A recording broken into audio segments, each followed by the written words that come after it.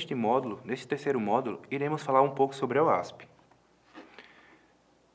Nesse módulo, iremos ver o que é a OASP, quais são os projetos da OASP, projetos Top 10 vulnerabilidades, OASP Top 10 Proactive Controls e análise de segurança e, juntamente, modelagem de ameaça. E o que é a OASP? A OASP significa, essa sigla significa Open Web Application Security Project. Traduzindo, significa Projeto Aberto de Segurança de Aplicações Web, mais especificamente. Trata-se de uma empresa, de uma organização sem fins lucrativos, cujo objetivo dela é disponibilizar material, disponibilizar documentação de forma gratuita. Então, ela foi fundada em 2001, mas se tornou sem fins lucrativos em 2004. A OASP ela visa dar uma visibilidade e a necessidade de segurança de aplicação para melhorar o uso de software em geral. Ela é dividida, no caso a OASP tem capítulos, e esses capítulos são divididos por cidades, países e estados. Existe aqui no Brasil diversos capítulos da OASP. Neste diagrama da OASP, dos principais projetos da OASP, podemos observar que ele segue o ciclo de vida de desenvolvimento seguro de software. Podemos observar que tem aqui nos projetos requisitos, a parte de design, de preparação, de validação, de operação. E cada ponto desse do ciclo de vida de desenvolvimento seguro, a OASP disponibiliza softwares, materiais para poder dar apoio ao analista de segurança, ao arquiteto de segurança, no desenvolvimento e aumentar a maturidade, o nível de maturidade da empresa.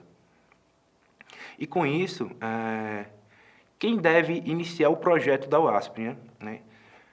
Todos podem iniciar, podem usar o OASP, seja o desenvolvedor de aplicativos, seja arquiteto, seja autor de segurança da informação, seja aqueles que gostam de dar apoio à comunidade, como um profissional mundial, ou qualquer interessado. A OASP, atualmente, ela tem mais de 100 projetos ativos e todo dia tem candidatura para submeter novos projetos. Então, toda semana tem projetos novos e tem atualização dos projetos.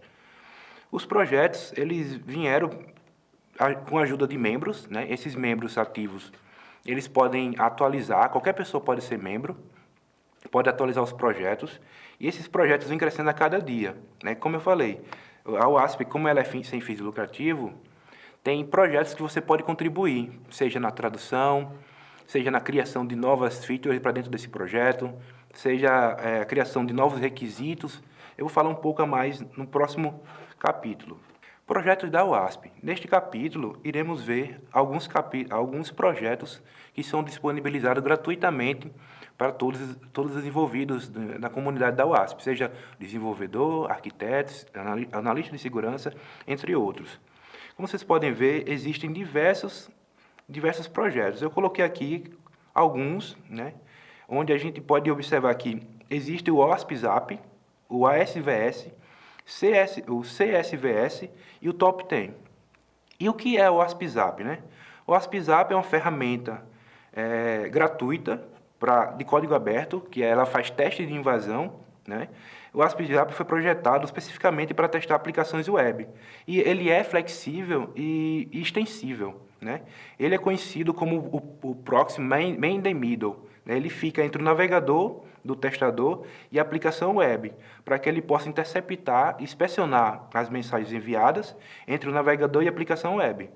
Você pode, através desse software, você pode modificar o conteúdo, se necessário, você pode encaminhar pacotes para um destino específico, enfim. Esse projeto ele é mantido por voluntários. Então, temos aqui o SVS. O SVS ele fornece uma base para testar sua aplicação web. Ela foi desenvolvido gratuitamente para dar ao desenvolvedor requisitos mínimos do que você pode testar. O ASVS significa Application Security Verification Standard. Ele é um documento que providencia uma base para a realização de testes né, seja testes baseados na UASP, né, como um todo. Eu vou falar um pouco mais dos projetos do SVS. E o SVS ele visa dar requisitos mínimos para proteger contra ataques do tipo XSS, SQL Injection, entre outros. O SVS pode ser usado como uma métrica para avaliar o grau de confiança que pode ser colocado em seus aplicativos web. Pode ser também usado como uma orientação para os desenvolvedores, né, proprietários de aplicativos. Então, ele também pode ser usado durante a aquisição de novos softwares. O SVS ele pode ser utilizado tanto quando você tem uma nova aplicação dentro da empresa, ou quando você contrata um novo software de terceiro, você quer avaliar a maturidade dessa empresa, de que nível de maturidade ela se encontra. E entre outros projetos que você pode estar utilizando o ASVS, né? Por exemplo, o CSVS, né? O CSVS é baseado no ASVS, mas o CSVS ele é voltado para container, né? Ele é Container Security Verification Standard. São requisitos mínimos, né, de segurança para arquitetos, onde você vai ter controles de segurança, né, voltado para containers Docker. Sobre o Top 10, ele é um documento que mantém todos os requisitos mínimos, né, de todas as vulnerabilidades encontradas mundialmente. A OASP ela faz uma coletânea de vulnerabilidades, as mais encontradas nas aplicações no mundo afora, e ela mantém isso tudo em um documento, né? Tem órgãos reguladores que, como a PCI DSS, por exemplo, eles exigem que você tenha ali a utilização dos documentos do Top 10, né? E se você faz essa verificação com SVS e com os documentos de framework da OASP. Projetos da OASP, né? Existem outros projetos, inúmeros projetos. Um dos mais conhecidos, né? Tem o Juice Shop, tem o OASP MASVS, né? Que é voltado para dispositivos mobile, o OpenSUN e o ThreadDragon. Falando um pouco sobre o Juice Shop, ele é uma aplicação gratuita, né? Vulnerável, 100% vulnerável. Você pode encontrar ele abertamente no Heroku Juice Shop, né? Aí na internet é só pesquisar. Ele é um ambiente onde você pode aprender sobre vulnerabilidades e cyberataques. Ele tem exercícios que você pode executar, né? E testar o seu conhecimento. O OpenSUN, ao contrário do OpenSUN, é uma versão do SVS, mas... Desculpa, o OpenSUN, ele fornece uma maneira eficaz, mensurável, para todos os tipos de organização, né, para melhorar o nível de maturidade da sua empresa. Ele visa auxiliar a empresa, né, com um formulário, ele faz várias perguntas na área de governança, de implementação, operações, enfim. Ele faz um apanhado, né? Ele faz perguntas, ele faz entrevistas com diversas pessoas dentro da empresa para medir o nível da maturidade que a empresa se encontra no momento. E com isso, ele visa identificar qual é o nível da maturidade atual e como a empresa se prepara para poder evoluir para no nível seguinte. O OSPSUN, o OpenSUN, no caso, existem 3 níveis, né, de maturidade. E cada nível ele tem um objetivo sofisticado para que você atenda as especificações e métricas, né, com sucesso. E cada item desse, você vai ter ali no OSPSUN, você vai ter requisitos mínimos para serem seguidos, você pode colocar uma métrica para poder conseguir atingir. Quando você vai conseguir, você pode fazer um plano de ação para sair do nível 1 para o nível 2, né? E com isso, a estrutura e a configuração do suporte do modelo SAN, a proposta é avaliar a postura de segurança do software da organização como um todo, a definição da métrica da organização, a definição de um roteiro de implementação até você chegar no último nível, que é o nível 3. Isso tudo pode ser feito na área de governança, como eu falei, na área de projetar, na implementação, e entre outras, né, verificações, operações. E cada área dessa, você pode definir estratégia, no caso da governança. Você pode definir estratégia e métricas, políticas e compliance. Na área de projetar, você pode realizar a modelagem de ameaça, ele vai perguntar à empresa, a pessoas específicas da área, vocês realizam modelagem de ameaça frequentemente? Vocês documentam essa modelagem de ameaça? Vocês revisam os desenhos que já foram feitos anteriormente da modelagem de ameaça? Aí você vai responder sim ou não, e com isso você vai criando as métricas. Na parte de verificação, fala sobre um pouco sobre a avaliação da arquitetura, né? Teste de orientados a requisitos, teste de segurança, entre outros. Na parte de operações, tem ali a gestão de incidentes. Ele vai perguntar se como é que você trata um incidente, né? Se você responde esse incidente rápido, se você documenta, se você faz pós-mortem desse incidente, como é que você age quando acontece um incidente. Então, a OASP, esse OASP Open SAM, ela visa ter uma noção geral da empresa como um todo, para ver a métrica que ela pode conseguir, né, com um questionário, com a pontuação, e ver se você está no nível 1, nível 2 ou nível 3. E o OASP tem um projeto também que é interessante, que auxilia no OASP SAM, né, a parte de modelagem de ameaça, é o Threat Dragon. Nada mais é do que uma ferramenta que faz a modelagem de ameaça. No caso, você faz diagramas, desenhos de modelagem de ameaça, onde você vai conversar com pessoas dos times, da squad, do produto em si, para fazer o desenho, ver se tem quais são os pontos de entrada, qual é o banco de dados, quais a tecnologia utilizada. Então, você vai montar um diagrama, né, para poder explicar isso em forma de documentação ou não. Eu vou falar um pouco mais para frente sobre modelagem de ameaça. Nesta etapa, iremos falar um pouco sobre o OASP Top 10 vulnerabilidades. Como eu falei antes, a OASP ela faz um apanhado de coleta de vulnerabilidades pelo mundo, onde ela faz ela lista os 10 requisitos, os 10 vulnerabilidades mais encontradas, mais críticas aí mundo afora, né? Ela descreve não só 10 itens, eu coloquei aqui, ó, de 1 a 10, mas não quer dizer que a OASP ela só catalogue, ela faça ali a lista de requisitos, o ranking de vulnerabilidades. Então, existem outras vulnerabilidades além do top 10. Este ranking aqui que eu estou mostrando, ele é construído através de experiência compartilhada entre diversos especialistas de segurança, espalhado pelo mundo. Nele é levado em conta fatores como índice de ocorrência de ataques, envolvendo e determinando o risco, a popularidade de certas tecnologias e quais trazem consigo determinadas vulnerabilidades também, a gravidade dos impactos causados. O objetivo desse top 10 é principalmente educar os programadores, né, designers, arquitetos, aqui acerca desses riscos. Então, no top 10, a ideia é catalogar, né, ter esse ranking dos top 10 vulnerabilidades, mostrar para o desenvolvedor dentro da empresa que o quanto é necessário e crítico, né, essas vulnerabilidades que a gente tem que olhar. Então, o arquiteto, o analista de segurança, o cara de AppSec, a pessoa que vai estar responsável ali para auxiliar a squad, tem que mostrar esse top 10 e chegar perto do desenvolvedor e dizer, desenvolvedor, como é que está a vulnerabilidade de X? Pode ser encontrada no código ou não? Então, o OSP Top 10 vulnerabilidades, ele olha para esse lado, né?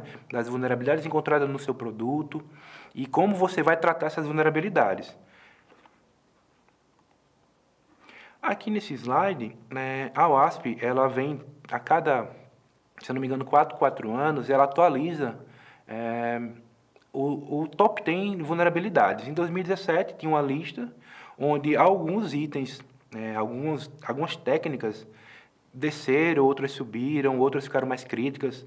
Porque isso acontece, né?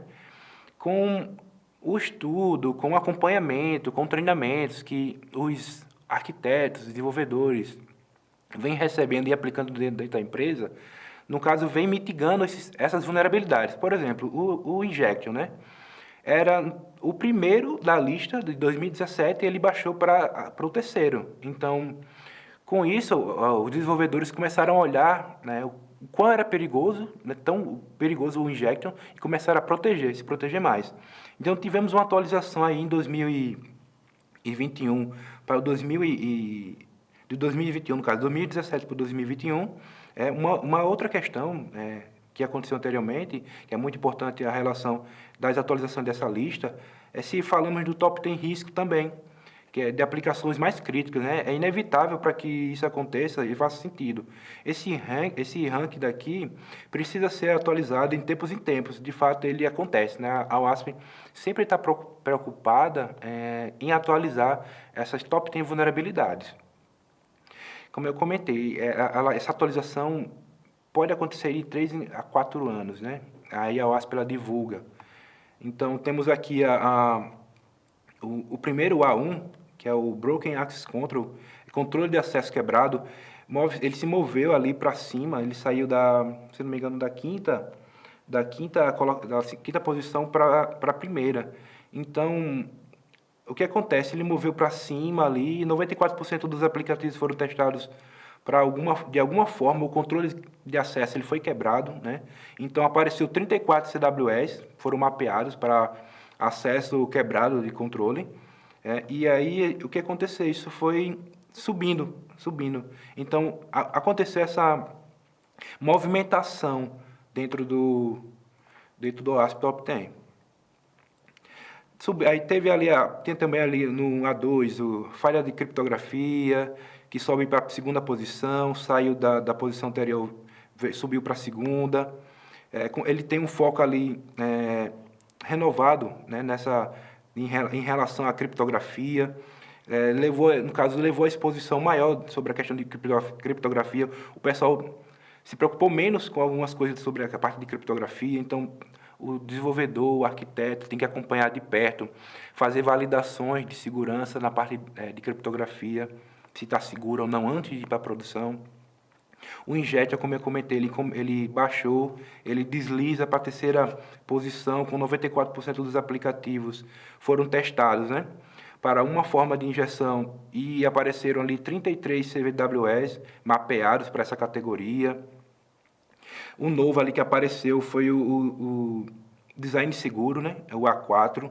É uma nova categoria em 2021, com um foco no risco relacionado a falhas de design, que quiseram, como é que eu posso dizer, eles criaram essa nova categoria para mostrar que foi possível identificar que há uma falha desde o design, do desenho da arquitetura. Então, as pessoas anteriormente não estavam olhando para a arquitetura lá no início, né, que é o famoso shift left, né? Então, foi criada essa nova categoria e ela subiu de posição, né? Ela tem um objetivo ali de mostrar a vulnerabilidade do design seguro, né, que é para os desenvolvedores começarem a olhar, fazerem mais modelagem de ameaça, fazerem ali um controle de requisitos maior, ali desde o início da concepção do produto, né? E temos também ali, falando depois do design seguro, temos o A5, que é a configuração incorreta de segurança, né, que ele passou da sexta posição, né, anterior, que 90% dos aplicativos testados, para algum tipo de configuração incorreta, né, apareceu, ele subiu. Então, com mais uma mudança no software atualmente configurável, não é surpreendente que vê essa categoria subir, né? Então, antigamente a categoria era chamada de XML, XXE, que agora faz parte dessa categoria. Vulnerabilidade de componentes subiu para a sexta posição ali, componentes vulneráveis desatualizados.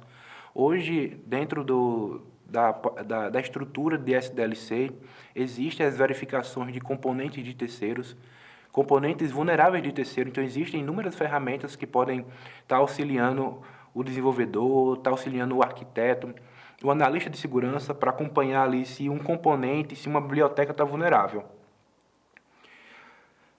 Na parte falando depois ali do A7, falha de identificação e autenticação, atualmente quebrou a autenticação e ela deslizou para baixo, na segunda posição, e agora ela inclui, na verdade, CWEs diferentes, né, relacionados à falha de identificação. Essa categoria ainda é uma parte integrante do Top 10, né, mas a maior disponibilidade de estrutura padronizada parece estar ajudando atualmente. Apareceu ali no A8 uma nova categoria, né, falha de software de integração de dados. É uma nova categoria para 2021, com foco em em suposições relacionadas à atualizações de software. Dados críticos, pipeline CI/CD, sem verificação de integridade, um dos maiores impactos ponderantes do CWS e CVSS, mapeados para o 10 CWS, né, foram encontradas nessa categoria. A desatualização, a deserialização insegura, em 2017, faz parte dessa categoria. Então, essa parte de integridade e falha de dados quer dizer que no pipeline não está tendo uma verificação de segurança para poder você ter uma atualização segura, ter subir com segurança para a produção o seu produto. Então, não está tendo uma verificação na sua pipeline, no seu CI/CD. Quando falamos aqui do A9, né, a parte de log é falha de registro e monitoramento de segurança. Então, hoje, sempre existiu essa parte da questão de logs, e hoje a gente está olhando mais fortemente para essa parte de logs. É a ausência de logs na sua aplicação. Então, foi criado alguns TWS para essa parte de logs, né? Porque anteriormente ele era registro de monitoramento insuficiente e foi adicionado a partir de pesquisas grandes aí no setor de aplicações, onde foi verificado que algumas empresas elas deixam a desejar em questão de log. É muito importante você ter log de aplicação, porque quando acontece o ataque, é possível identificar esse ataque através dos logs. No A10, né, para finalizar, o Server-Side Request Form, o SSRF, foi adicionado no setor número 1, né, no caso foi criado nova categoria. Os dados mostram para a taxa de incidência relativamente baixa, com cobertura desses testes acima da média, junto com a classificação acima da média para potenciais explorações e impactos. Essa categoria ela representa um cenário que os profissionais da indústria estão dizendo que isso é importante, embora esteja ilustrando dados nesse momento e adicionando pela comunidade como uma baixa incidência de acordo com os dados analisados. Então, existe essa preocupação sobre os top 10 vulnerabilidades. Então, é importantíssimo vocês estarem atentos a essas 10 vulnerabilidades publicadas pela OASP, né, a cada 4 anos. Então, hoje eu trabalho com a verificação da OASP constantemente. Existem vários projetos, vários artigos, enfim, treinamentos da OASP. Você pode aproveitar os treinamentos que existem, que a OASP disponibiliza para dentro da empresa. Você pode fazer verificações de segurança. Então, você já tem um guia do que seguir. E a OASP, ela traz ali, no conjunto com o Top 10, né, ela traz possíveis agentes de ameaça, ela traz um PDF com os agentes de ameaças e vetores de ataques. Ela separa por vulnerabilidades, os impactos, qual é a aplicação vulnerável, ela bota ali as características 1, 2 e 3. Ela mostra para você também nesse documento como se prevenir, né? Ela mostra o cenário de ataque no código, onde é explorável esse ataque, e quais são as referências que podem ser encontradas. Ela mostra as fraquezas que ocasionam essa vulnerabilidade em si, uma pequena lista dos itens que foram identificados com as vulnerabilidades, alguns exemplos de cenários de ataques. Ela mostra até links que vai direcionar você para alguns sites, para você poder entender melhor essa vulnerabilidade. Então, falando um pouco da OASP, sobre o Top 10, é isso, pessoal. Agora iremos falar um pouco sobre OASP Top 10 Proactive Control. O OASP Top 10 Proactive Control é uma lista de técnicas, né, de segurança que devem ser consideradas para todos os projetos desenvolvidos de software. Este documento, existe um documento, né, desenvolvido para proteger, ele tem uma lista de controles proativos que ajuda a empresa, né, as empresas a se proteger. O principal objetivo deste documento, ele fornece orientações práticas e concretas que ajudam os desenvolvedores a criar um software seguro. Essas técnicas devem ser aplicadas proativamente nos estágios iniciais, ali, como eu falei, desde o início da concepção do produto, lá no shift left, né? No início do produto. O ASP Proactive Control é semelhante ao ASP Top 10 de risco, mas é focado em técnicas defensivas, ao invés dos riscos, né? Cada técnica ou controle neste documento, nesse slide, será mapeado como uma ou mais riscos mais à frente, né, do top 10 riscos. O C1, ele trata de definição de requisitos mínimos. Como eu falei anteriormente, a OASP ela disponibiliza requisitos mínimos, né, de funcionalidades de segurança necessários para que o desenvolvedor ele possa aplicar dentro do seu produto, né, dentro da sua empresa, juntamente com a equipe de arquitetura, juntamente com os analistas de segurança. Então, o C1, né, como a gente fala, a definição de requisitos de segurança, ele garante que uma ou mais diferentes propriedades de segurança de software sejam satisfeitas ao top 10 Proactive Control. O C2, a utilização de frameworks e bibliotecas de segurança, ele descreve, no caso, uma nova aplicação do zero que nunca deve ter ou implementar recursos de segurança. No caso, você tem que ter ali e utilizar bibliotecas e frameworks de segurança sem vulnerabilidades, desde o início. Então, você tem que ter essa noção de que, desde o início, quando você está escrevendo um programa, tem que ter bibliotecas seguras, para no final, né, você ter que atualizar e demandar tempo versus custo. O C3, ele é um controle que se concentra, né, nesse tópico do Proactive Control, relacionado a banco de dados, consultas seguras, configuração segura, autenticação segura, comunicação segura, entre outros. No C4, né, codificação e sanitização de dados, ele faz ali a codificação e o escapamento ou sanitização das técnicas de defesas destinadas a impedir ataques de injeção. O C5, ele valida todas as entradas, né? Ele garante que apenas dados formatados corretamente podem entrar em uma aplicação. O C6 do Proactive Control, ele implementa a identidade digital, que é uma representação única de um usuário ou outro sistema, enquanto ele se envolve com uma transação online, por exemplo. O C7, que é a aplicação de controle de acesso, ele é a parte de autorização. É um processo de conceder ou negar solicitações específicas de um usuário, um programa ou um processo.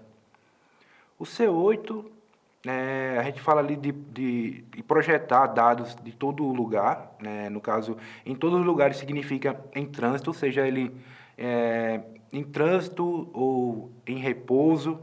Então, você tem que estar ali atento como esse dado é trafegado, né? Você tem que ter segurança nessa parte de dados em trânsito, né? Durante o uso dele. O C9, ele fala de implementação de logs e monitoramento de segurança. São requisitos de utilização, né, de padrões de registro de logs para facilitar a análise. Como eu falei anteriormente, essa questão de log está pegando bastante.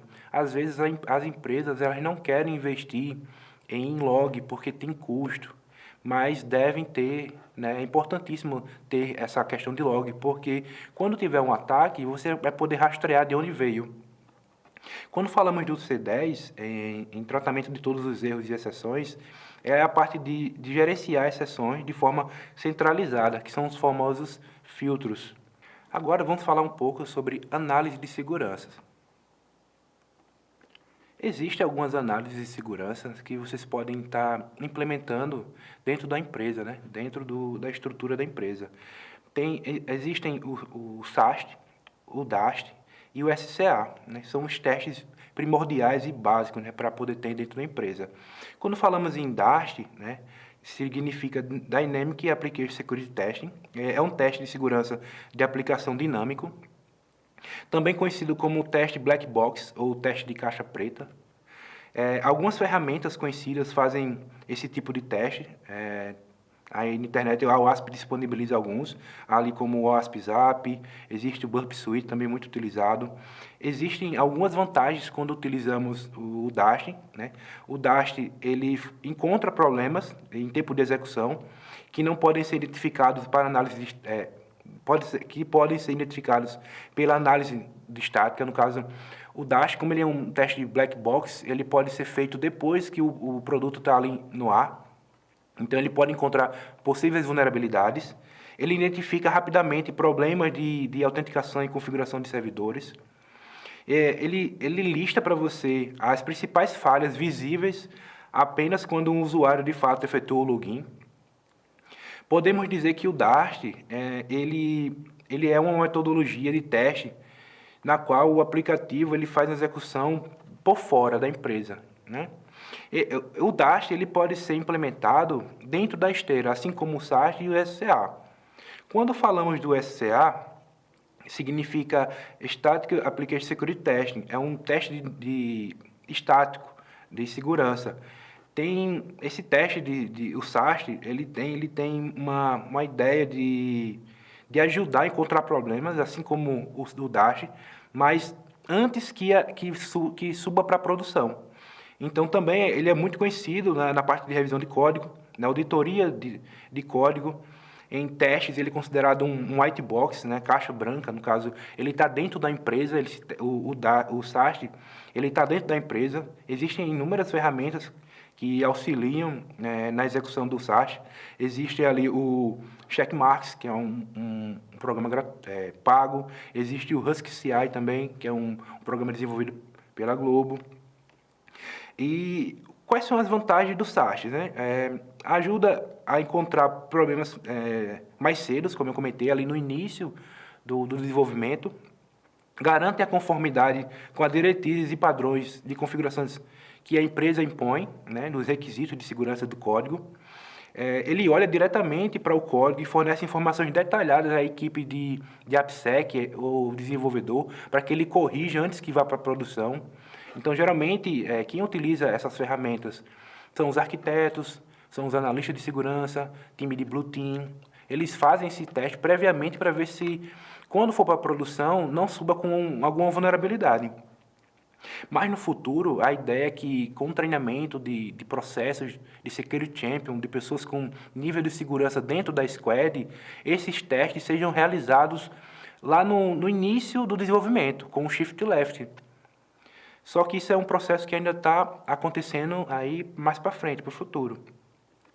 Quando falamos do SCA, né, Software Composite Analysis, quer dizer que ele é uma prática de desenvolvimento seguro, né? Ele faz a verificação dos componentes de software aberto, dos componentes de terceiro. Ele é open source, geralmente, né? Temos aí várias ferramentas que auxiliam. Ele também é conhecido como análise de bibliotecas. Ele faz análise de dependências de terceiros, então ele busca vulnerabilidades nas bibliotecas que os desenvolvedores geralmente utilizam. Então, é importantíssimo a utilização do SCA dentro do desenvolvimento, lá no Shift Left, no design. Então, o desenvolvedor que puder utilizar essa ferramenta ou contratar para dentro da sua empresa, faça isso, porque é importante você, como analista de segurança, passar aqui para a empresa que é importantíssimo esse processo de SCA, porque ele garante que a empresa não está subindo para a produção um sistema com vulnerabilidades nos componentes de terceiro.